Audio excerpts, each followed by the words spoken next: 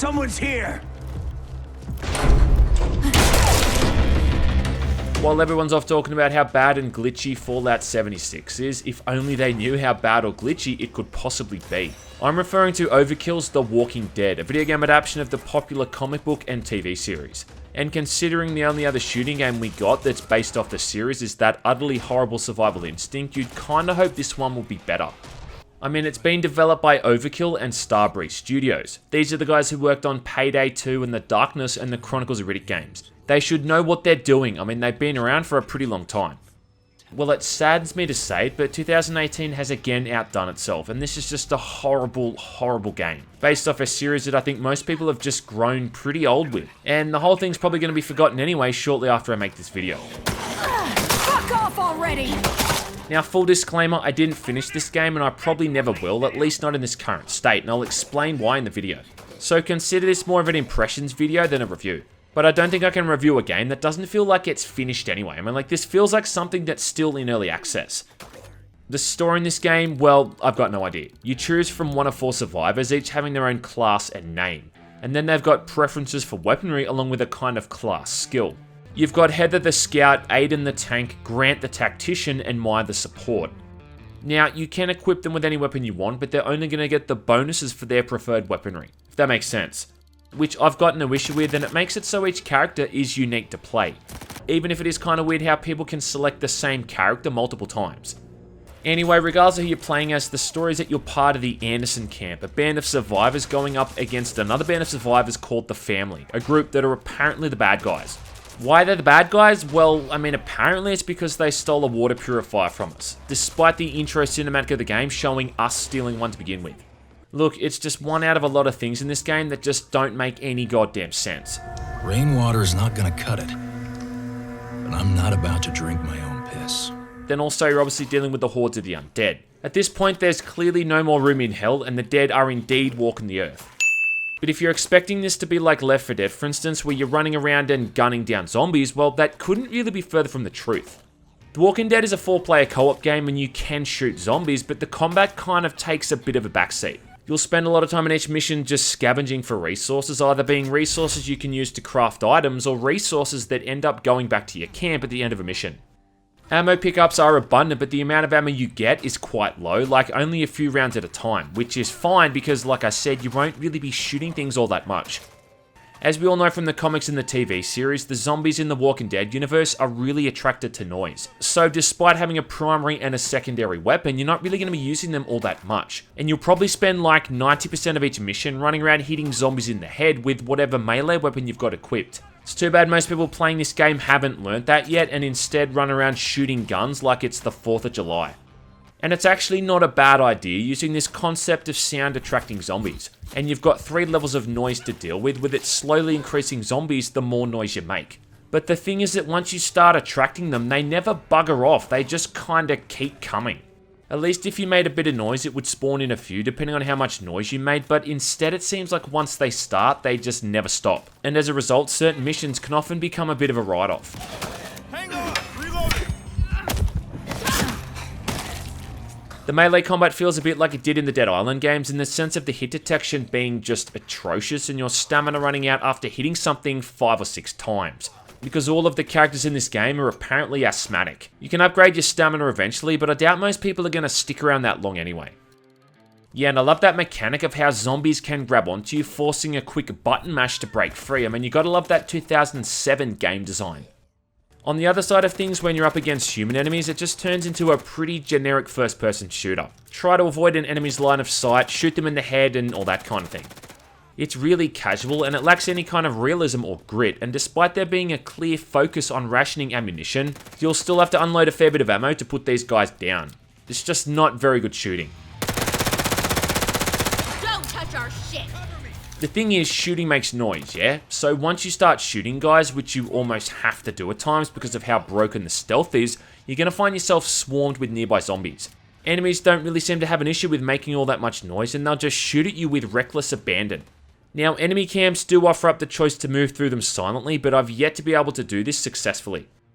And this is the main issue with this whole game, is that whilst it does have some genuinely good ideas, they're all but squandered because they either just don't outright work or they're never explained properly or coherently to the player. Like right off the bat during the tutorial mission, the game just doesn't even tell you what to do. You just kind of hit the ground running and have to quickly deduce what the game expects you to do from mission to mission. In this instance, it's repairing the gates of the camp, which apparently no one else knew how to fucking close. And I love how the gates just magically shut too. There's no animation or anything. They're just open, then they're shut. Yeah, looks amazing. After I finished this first mission, I couldn't even figure out what to do next. At this point, the game sends me back to camp to talk to someone, and you'd think this guy would be able to start the next mission, right? Well, no, he doesn't. Instead, what you have to do is leave the area in the menu, go back to your map screen, and select the next mission from there. Like, why this NPC couldn't just start the next quest for me is anyone's guess. I didn't even realize I could upgrade my character until I was about an hour or so into the game, because I ended up clicking through the half dozen or so tabs in the menu and found the player upgrade screen. Now look, either I'm completely blind and stupid, or it just never said at any other point that player upgrades were even a thing. And then it wasn't like another hour or so later that I also learnt you can send the survivors you save off on little mini missions through this menu as well. Obviously, the whole thing is a co-op game with team play in mind, which is fine, but it also means that every single mission in the game requires you to go through a matchmaking process before it loads. Even those missions where you're just going back to your camp to talk to an NPC to get the next available mission requires you to first sit through a fucking matchmaking screen. And that's if you've even upgraded enough stuff to unlock that mission. You see, missions require certain amounts of upgrades to be unlocked, like it might be a certain part of the camp or whatnot, which in turn requires a certain amount of components to earn that upgrade. But here's the catch. Each time a day passes, it automatically takes away a chunk of your existing resources to cover the expenditures of maintaining the camp. And this goes up the more survivors you've rescued. I mean, it gets to the point where you're just playing old missions over and over to earn enough components to get that next upgrade, or collecting enough weapon drops to improve your attack power high enough to allow you to be effective in the next story mission. When you finish a mission, you usually get a weapon crate and a weapon mod crate of varying quality. Hopefully these are weapons suited to your character so you can get the benefits from using them. And if they're not, well, then I guess you just gotta repeat the same missions over and over until you get one. And it doesn't take all that long of playing the game until you're gonna have to start replaying old missions just to continue the main storyline. Oh, and the best part, that's just for one character. Each character has to be improved and leveled up separately. So if you decide you want to give another character a try, you pretty much have to start from the beginning, or else you'll be underleveled and underpowered for the later missions. The performance side of things is horrible too. Like, I've lost count of the amount of times the game just simply stops responding when I try to start a mission and goes to a black screen, forcing me to just Alt F4 and start again. Load times are just atrocious, and I think this might be client-based, taking off in around 2 or 3 minutes. Yeah, I timed it. Occasionally the game's going to look like it's loading, saying it's waiting for players, but instead just hang there, pretty much forcing you to Alt F4 again. Sometimes mid-mission, the game's going to randomly lock up for like 5 or so seconds as well. Often this happens when someone joins your game, but other times it's just for seemingly no reason. Thanks. Help. When you join a game in progress, it often spawns you right next to someone, and if they're in the middle of combat with enemies, well, sucks to be you.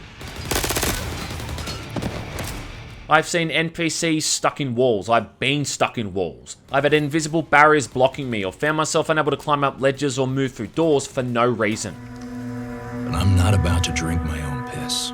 And it's a bit of a shame that it has so many issues with the performance, because at times it is a pretty good looking game. The zombie models are highly detailed, the gore is decent, and the environments also look pretty nice, with great use of real-time lighting. After like the 20th time the game just went to a black screen and essentially crashed was when I'd just had enough. This game is just an absolute piece of shit, and it's an insult to gamers that they think it's okay to release it in this current state. If you buy this in its current state, what you're basically doing is paying full price for a beta.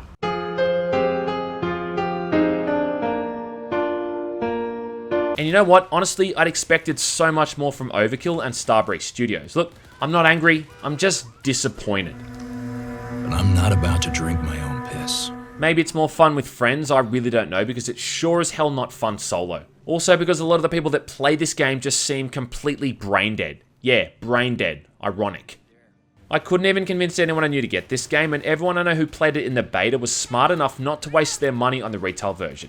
You know what? Maybe I should have taken their advice. Is there potential here? Well, look, I think there is. Like, if they reworked the main mission system so it didn't force you to grind missions over and over simply to progress, it might be more enjoyable. And I think they need to do another pass over the bugs and glitches because there's a whole heap of stuff that someone missed. Seems like it's basically had no money spent on marketing or anything, and also no money spent on developing it. And if they don't make some serious changes here, this one's going to be dead very soon. Pun intended.